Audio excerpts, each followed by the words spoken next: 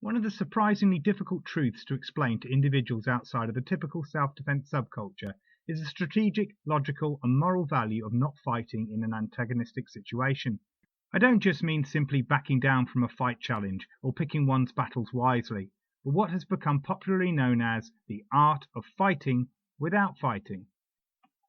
Bruce Lee famously created a scene in Enter the Dragon where he humiliates a bully on a boat by saying that his style of fighting is the art of fighting without fighting. He tells the bully he will show him the style on a nearby island.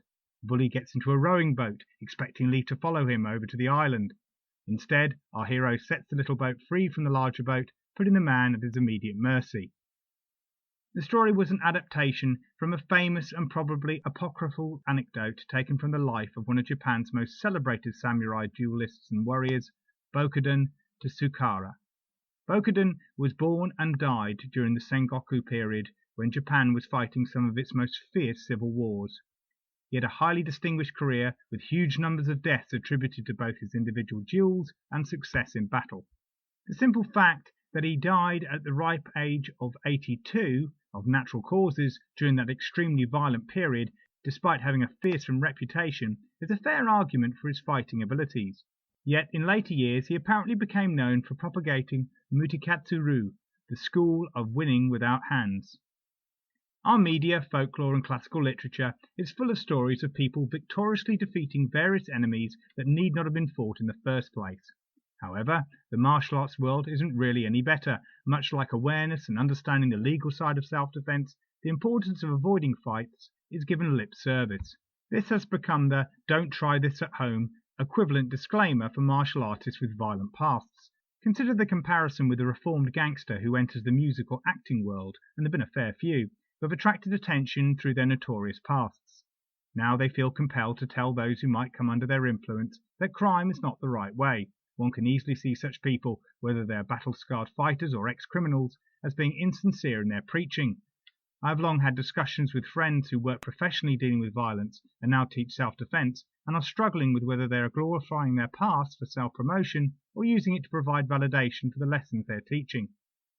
I've also met fighters and teachers who have completely opted out of providing any moral justification for what they teach. One combat sport teacher told me, when he was discussing handling aggressive people in the world outside the cage or ring, "Sometimes you just got to give them a good dig." Although I could not condone this view, it provided some refreshing honesty amidst a lot of the sanctimony and hypocrisy I've been hearing at the time. Our mythology is shaped by heroic duels and brave battles fought against malicious opponents. When someone behaves like a physical bully, there's a natural desire to see that person be squarely dealt back the violence he delivers. Think of the typical martial arts and action hero trope, where the protagonist does everything to avoid a fight, only to eventually be forced to do just that to defeat the main antagonist. Usually the trope doesn't finish with our hero being presented as the loser for failing to maintain his decision not to use violence, but is celebrated for taking down the bully. One wonders how much of the reluctant fighter hero story is designed to assuage our guilt for enjoying the violent spectacle. Compare this to the hero of the revenge thriller. Like a public executioner, the hero is cheered on by his or her audience as they exact a personal justice. The revenge thriller is a lightweight variation of the Elizabethan revenge tragedy.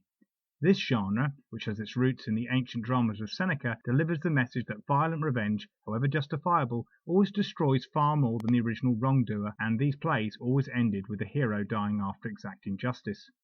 Again, we're expected to cheer on the hero, yet morally accept the spiritual debt he had to pay for effectively playing God.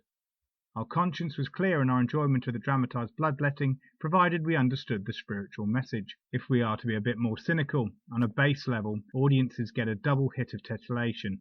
They revel in the gory violence, yet get a tearjerker at the same time. Across the ages, little regard is placed on those who choose to run from a conflict or comply with their antagonist's demands.